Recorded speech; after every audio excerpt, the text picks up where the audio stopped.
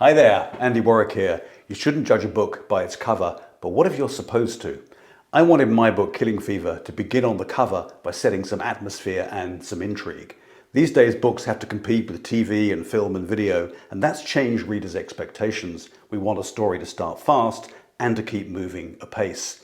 That's why I think in filmic terms when I'm writing and editing. And that makes the front cover something like an establishing shot, setting the time, the place, and the mood.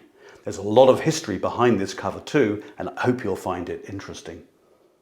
Killing Fever is about imperial power, about the self-proclaimed British rulers and the people they called their subjects. And I'm especially interested in the role of science, machinery and medicine in the making and preserving of that social order.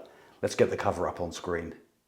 The red and yellow backdrop here is taken from an 1850s map entitled The British Empire Throughout the World, exhibited in one view by the Scottish cartographer John Bartholomew Jr. Bartholomew is cashing in on the scale of British colonies across the world by the 1850s, the most important being India, then ruled by the East India Company on behalf of the British Parliament from London. India was really important because of trade and because it supplied the soldiers, known as sepoys, who policed the empire in India and beyond. So here's Bartholomew's original map. Now, I'm not sure if he was the first to show the British Empire globally or to show it in a single colour, but he must have been one of the earliest because he says here in a detail, let's just blow it up so we can see it, he says that the British colonies around the world are shown in red. So it can't have been a convention that people were familiar with at the time. Around the edge, he illustrates what he refers to as the natives and settlers of the empire, and he gives a series of statistics about land areas and populations in what he calls Britain's possessions. And of course, maps are extremely important in possessing land because their depiction of geography is crucial to political, military, and bureaucratic rule. Now, a map like this clearly isn't meant for navigation. It's an ornament or decoration that both exploits and deepens Britain's rising sense of nationalist pride and its global presence and power. It could have been hung in wealthy homes or businesses or public buildings or classrooms. In fact, I was reminded when I was making this video that a map very like this still hung on the wall of one of my classrooms when I was a little boy in the early 1960s. So maps like this have clearly been around for well over 100 years. So the detail from the map I've used on the front cover is there to evoke Britain's global power in the mid-19th century and India's importance in particular. I've used a bloodier hue of red than Bartholomew's to heighten the thriller's sense of menace and to capture the pun in the title on the word fever. In the 19th century, fever was still used as a category of sweating illnesses. Malaria, for example, was known as intermittent fever because it was characterized by cycles of chills and sweating.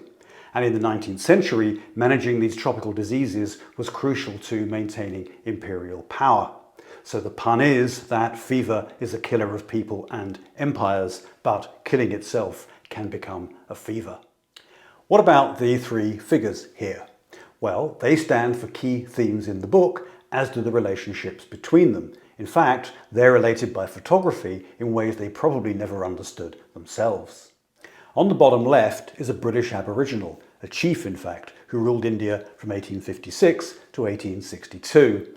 Bottom right is a Santal, one of the indigenous people of Bengal. They were originally nomadic farmers who settled in the 1830s to grow valuable crops for the British East India Company. And I'll make a separate video on why my main character is a Santal. The Santal's photograph was taken because the British chief ordered a photographic survey of the indigenous people of India. Now, photography was still relatively new in the 1850s, but it turned out that a number of British officers in India were also keen amateur photographers. And the survey became so extensive that it eventually warranted the publication in London of 8 volumes entitled The People of India, edited by 2 former East India Company officers. So here's the cover with the editors, John Forbes Watson, who ran the India Museum in London, and John William Kay, a former company soldier, writer, and then intelligence officer with the British India Office. Kay wrote an important history of the Great Uprising of 1857-58, for which he was heavily criticised for being too sympathetic to the Indian side.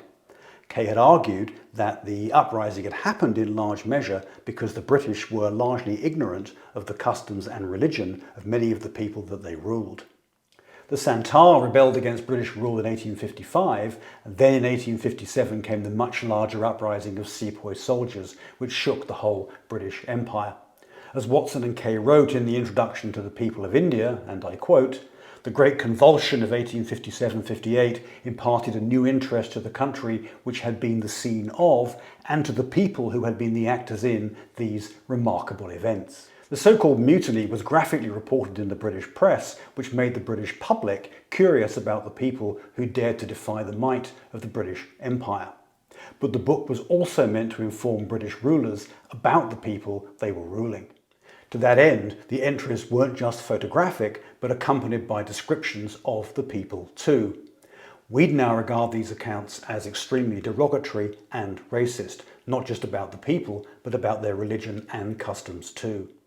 For example, in the very first entry, the Santal are described as, quote, "timid and cowardly towards mankind." This of a tribe that fought and defeated the company army in open battle, then continued to fight Enfield rifles with bows and arrows against horrendous odds. So the Santal certainly weren't timid or cowardly.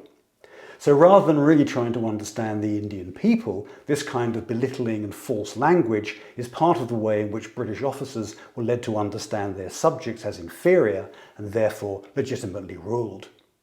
In the photographs, Indians are shown as specimens rather than individuals. Here's the very first entry on the Santal.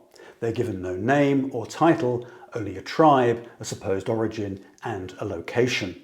That's why in my cover pictures, I have treated the British Aboriginals symmetrically, taking away their name and their status. It's a strategy to make the reader curious and to point to the everyday struggles of my main character Hyder Khan, a Santal, a black imperial subject working in a white man's empire. The photographs are linked in two ways. The British Aboriginal on the left ordered the photograph of the Santal even though they never met or knew each other.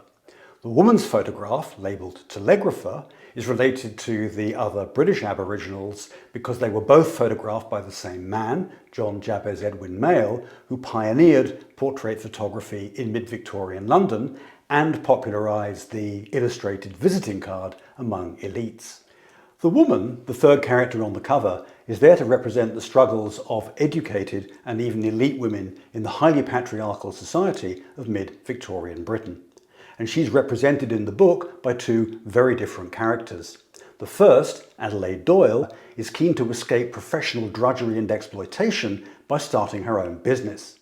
She gets her chance by becoming a telegrapher. Sending and receiving coded messages by electric telegraph was a job where the pool of clever but otherwise excluded young women were brought into the workforce on terms almost equal to their male counterparts. This high-tech field of Victorian machinery was a new space where ideals of female equality were cultivated and where women had access to new intelligence networks of global news and commodity trading. Adelaide Doyle's struggles contrast with those of Lady Beatrice Mottcombe, an aristocrat who, abandoned by her husband, is struggling to run her estate at a time when the landed economy is being undermined by the rising power of capital and the industrial city. Both women defy the odds, and both pay a high price for their courage. So this cover establishes the reader in the grand scheme of global power in the mid-19th century and in the complexities of everyday lives. It's a world where women are mainly servants, angels of the hearth, or fallen, where a handful of white men rule a massive global empire, though many more live in abject poverty, and where non-Christian men of colour, like Hyder Khan, are treated as innately inferior. But like the women I mentioned, Khan defies his assigned place because he's educated, he's well-spoken, and he uses his science, his forensic chemistry, to turn the tables on power.